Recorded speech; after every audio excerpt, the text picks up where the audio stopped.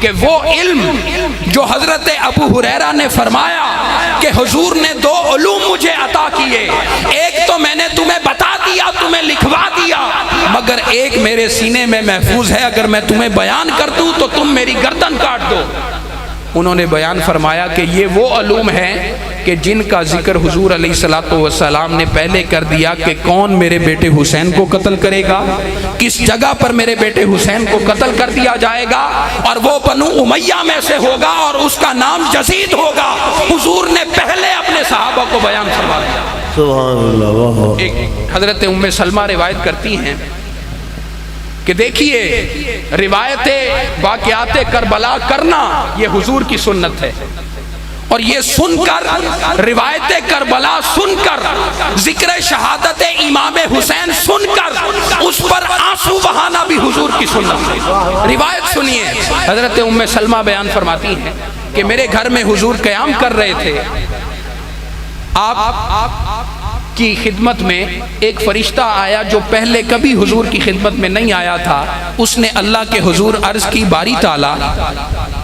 جبرائیل کو تو نے اجازت دے رکھی ہے، جب دل کرتا ہے حضور کی زیارت کے لیے پہنچ جاتا ہے، آج مجھے بھی زیارت دے کہ جس کی قسمیں تو نے کھائی ہیں، جس کے چہرے کی قسمیں تو کھاتا ہے، جن کے ہاتھوں کو تو اپنا ہاتھ کہتا ہے، جس کی زبان کے کلام کو تو اپنا کلام کہتا ہے، مجھے بھی شرف دے کہ میں بھی تیرے محبوب کو دیکھ سکوں۔ اللہ نے اجازت دی، وہ بارش کا فرشتہ حضور کے پاس آ گیا، باتیں کرنے لگا۔ حضور نے ام سلمہ سے کہا کہ آپ دروازے پر پہرا دیں، کسی شخص کو اندر آنے کی اجازت نہ دیں۔ وہ باتیں کر رہا ہے فرشتہ، حضور اس کی باتیں سن رہے ہیں۔ اسی اثناء میں حضرت امام حسین کھیلتے کھیلتے حضور کے گھر میں تشریف لاتے ہیں، اور حضرت ام سلمہ کو کی پرواہ کیے بغیر کہ حسین آیا ہے، اب حسین کو کون روک سکتا ہے، نماز میں حضور ہوتے ہیں، سجدے میں چلے جاتے ہیں، کندھے پر حسین آ جائے تو حضور سجدہ لمبا کر دیا کرتے ہیں، اس حسین کو کون روک سکتا ہے حضور کے پاس آنے سے؟ آپ روک نہ سکیں، حسین اندر داخل ہوئے، دھڑام سے حضور کی جھولی میں آ بیٹھے، حضور کی گود میں بیٹھے، حضور چومنے لگے۔ چومتے چومتے فرشتے نے پوچھا، یا رسول اللہ اتحبہ، یا رسول اللہ اتحبہ، یا رسول اللہ کیا آپ اپنے اس نواسے سے محبت کرتے ہیں؟ فرمایا ہاں، اللہ کے بعد اگر دنیا کی بات ہے تو دنیا میں سب سے زیادہ میں حسین سے محبت کرتا ہوں۔ وہ فرشتہ کہنے لگا، یا رسول اللہ آپ کو خبر ہے کہ آپ کے اس شہزادے کو کربلا کی سرزمین پر شہید کر دیا گیا۔ حضور علیہ السلام نے یہ سنا تو حضور کی آنکھوں سے آنسو رواں ہو گئے۔ دوسری حدیث میں ہے کہ جبرائیل آئے، انہوں نے بھی حضرت امام حسین کے بارے میں یہی بیان فرمایا کہ ان کو کربلا میں شہید کر دیا جائے گا، اور وہاں کی مٹی حضرت جبرائیل حضور کے پاس لے آئے، حضور رونے لگ گئے، حسین کو اپنے سینے سے لگا لیا، چومتے چلے جاتے ہیں۔ یہ چومنے والا کوئی عام انسان نہیں ہے، بلکہ وہ ہستی ہے کہ جس کے صدقے جہان بنایا گیا ہے، جس کے صدقے ہمیں عقل و شعور دی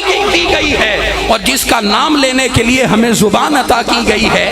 وہ ہستی اپنے نواسے کو چوم رہی ہے۔ اس ہستی کا چومنا اپنے نواسوں کو بڑی شان رکھتا ہے۔ آپ چومتے ہیں، بھلا کوئی اپنے نواسے کو چوم رہا ہو تو وہ روتا ہے، اپنے بچے کو گود میں بٹھائے وہ روتا ہے، یہ ذکر کر کے کہ میرے بیٹے حسین کو شہید کر دیا جائے گا۔ حضور واقعہ کربلا بھی بیان فرما رہے تھے اور اس پر خود آنسو بھی بہا رہے تھے۔ تو جو سنتا ہے وہ بھی حضور کی سنت ہے، جو آنسو بہاتا ہے وہ بھی حضور کی سنت ہے۔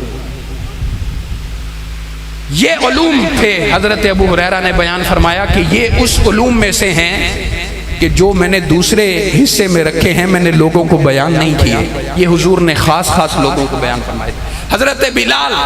کی خدمت میں حضرت امام حسن اور حضرت امام حسین آ جاتے ہیں، حکم دیتے ہیں کہ اے بلال، ہم تیرے نبی کے نواسے ہیں کہ جن کی محبت ہر کسی پر فرض کی گئی ہے، ان کی بات تو مانو۔ بات مانی، حضرت بلال چھت پر چڑھے، مسجد کی اذان دینے کے لیے آپ نے نماز کا اذان کیا۔ جوں آواز بلند ہوتی گئی، مدینہ میں لوگ آنسو بہانے لگ گئے اور آہو بکا کرنے لگے۔ دھاڑے مار کر رونے لگے کہ یوں لگتا تھا کہ آج بلال اذان دے رہا ہے جیسے کہ ابھی حضور کا دور پھر دوبارہ تازہ ہو گیا۔ جوں جوں حضرت بلال اذان دینے لگتے مدینہ میں رونے کی آواز بلند ہوتی چلی جاتی تھی، یہاں تک کہ حضور کی گواہی دینے کے لیے جب حضرت بلال زبان کو حرکت دینے لگے اور حضور کے حجرہ مبارک کی طرف دیکھا کہ جب میں حضور کی گواہی دینے لگتا تھا تو حضور کا چہرہ سامنے نظر آتا تھا۔ حضرت بلال نے حجرہ محمد مصطفیٰ کی طرف دیکھا تو حضور کا چہرہ نظر نہ آیا، حضرت بلال بے ہوش ہو کر گر پڑے کہ اب وہ چہرہ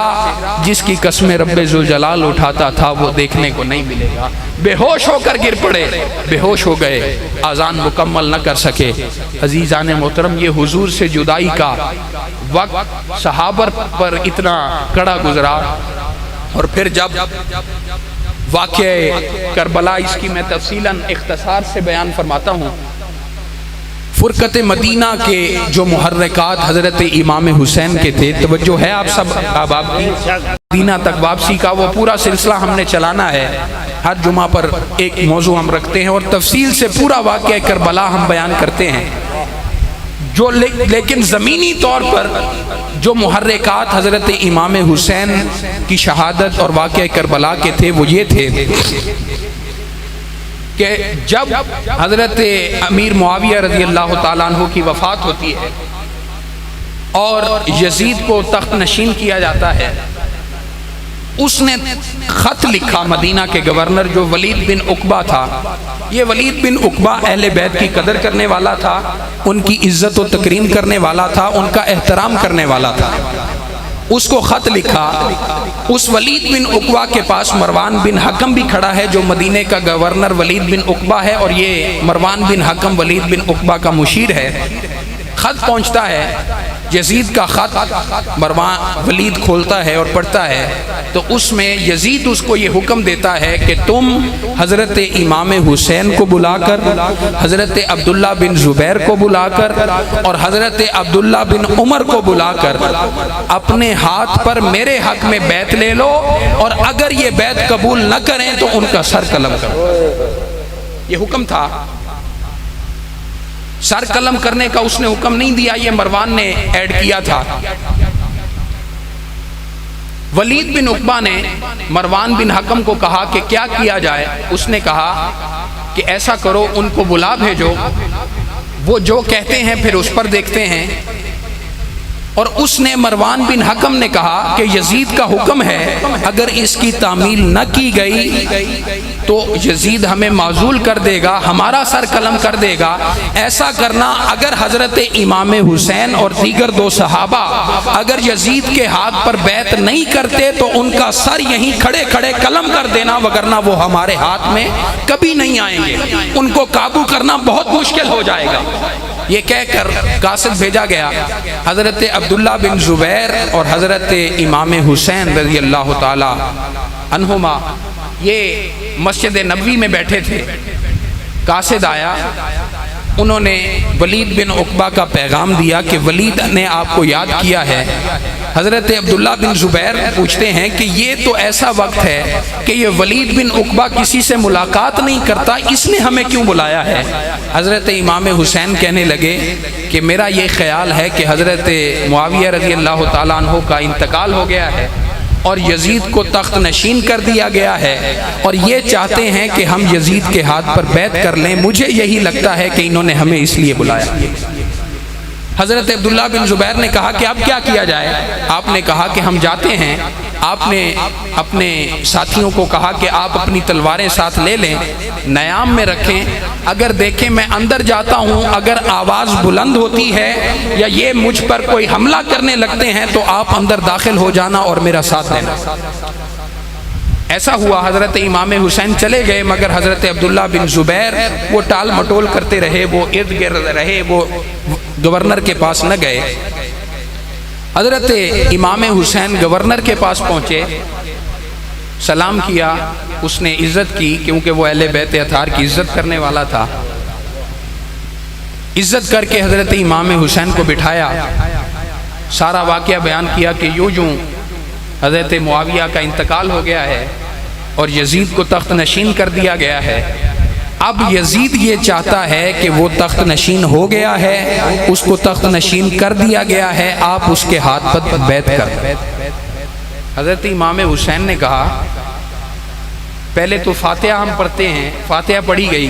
اس کے بعد کہا کہ میں یزید کی بیعت کیسے کر سکتا ہوں،